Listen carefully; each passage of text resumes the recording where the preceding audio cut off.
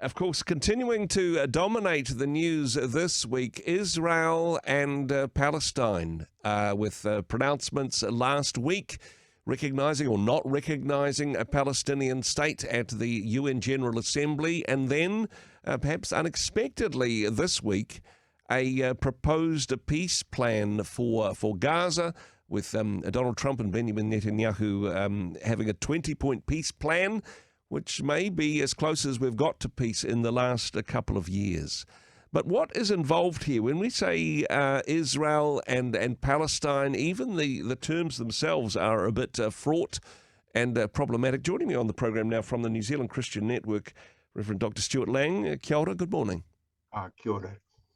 When it comes to the terms, this is a little bit problematic, and there's lots of arguments on social media. We won't go too deep into this one. We'll be here all day. But when it comes to the terms Israel and Palestine, some people mean different things by those terms, and therein lies the devil in the detail.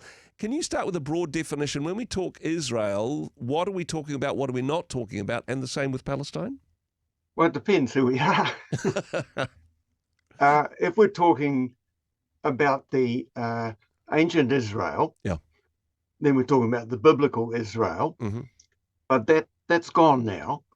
And then if we're talking as a Jewish Zionist, we're talking about a reconstruction of the biblical Israel in the modern time. If we're talking as a secular Jew, and most of them are secular, then we mean the state of Israel. And I guess if we're Christian and we hold to, that the promises of God to the people, to the Hebrews, to Judah, to the people of Israel, are to be fulfilled with the return of God's people to Israel, then we would see Israel again in biblical terms, but in Christian biblical terms. So straight away, and of course, if we're Palestinian, we see Israel as an oppressor and a dispossessor. So there's a range of options. There are a range of options, and this is part of the difficulty, is people can't even agree on the terms for Israel and what that means historically or prophetically or biblically or geographically or geopolitically, all sorts of definitions depending on where you're coming from. And it's perhaps even more true of Palestine. Recognize a Palestinian state. Who are the Palestinian people? Okay. A brief history on what we're talking about here. Palestine. The word I think is essentially. It's in the Bible. You find it in Exodus. And with the Greek, with the Hebrew word pelesheth, and that is translated into English as Philistia, and it's referring basically to the land of the Philistines. But that land is also referred to in the Bible as Canaan, or the land of milk and honey, flowing with milk and honey, and the promised land and so on. And then the term was picked up by the Romans, especially from the 4th century with the Eastern Roman Empire. And again, it just meant that territory. It wasn't a racial term as such.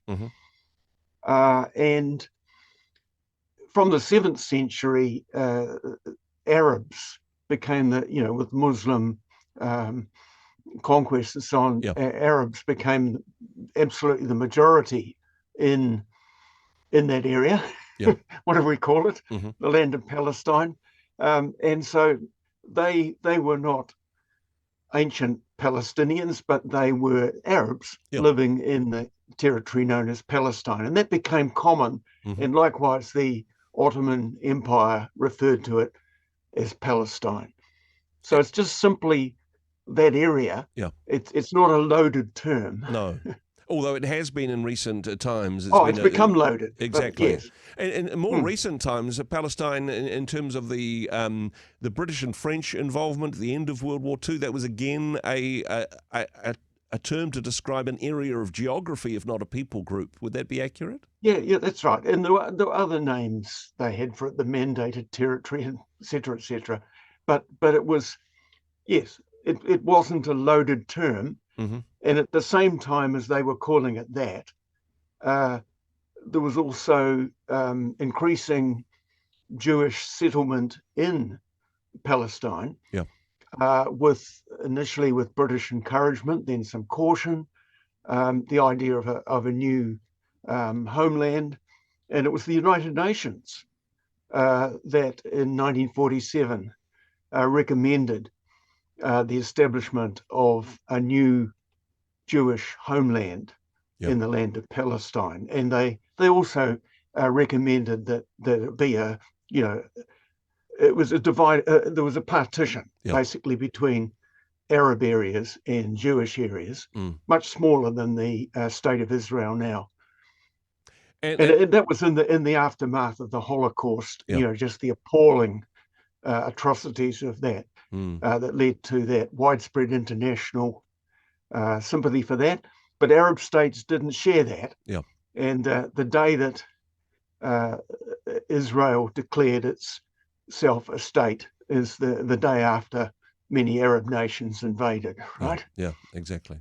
Now, I mean, 88 decades on from the establishment of the State of Israel, there is perhaps no more clarity. The water's a little bit muddier from this. However, steps have been taken in the last week or so towards a peace plan, at least, the idea of peace in the Middle East, whatever form that takes. This is certainly something which I know a lot of people have been praying for some time, and hey, more prayer is needed. Of course, it's certainly not a done deal at this stage, but reasons to be optimistic in your view, Stuart.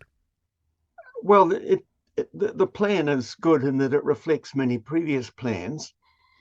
It doesn't recommend the annihilation of Israel, as some people would want, but it also doesn't want the annihilation or the deconstruction of all Palestinian rights, as some would want. So it's uncomfortable for both sides, but and so I think both sides will struggle to fully endorse both aspects of it. Hamas may flatly say no because it's very radical and doesn't exist, doesn't recognize or the existence of Israel at all. But I think from a Christian point of view, it's good that there be peace there. There's just so much suffering of civilians and so much hatred.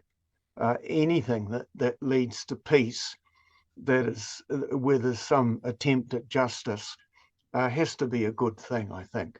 Certainly. What God's up to, that's God's business.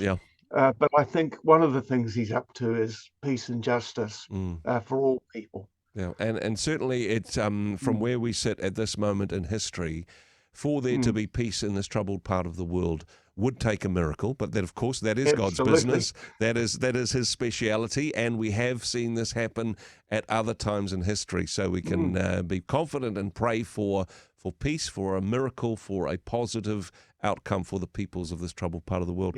Stuart, really appreciate your insights on what is a complex and fraught area. Appreciate your thoughts and comments today. Thanks for joining us. Okay. God bless. Hey, thanks very much for joining us in the Rhema studio. Thanks very much for watching the interview. It's kind of nice to have an audience, actually. And if you did like what you watched, then do give us a like, do give us the thumbs up. And if you'd like to see more interviews like that one, or perhaps even better, subscribe and those interviews will come straight to you. Don't forget to turn on your notifications, and we'll see you in the next one. Cheers.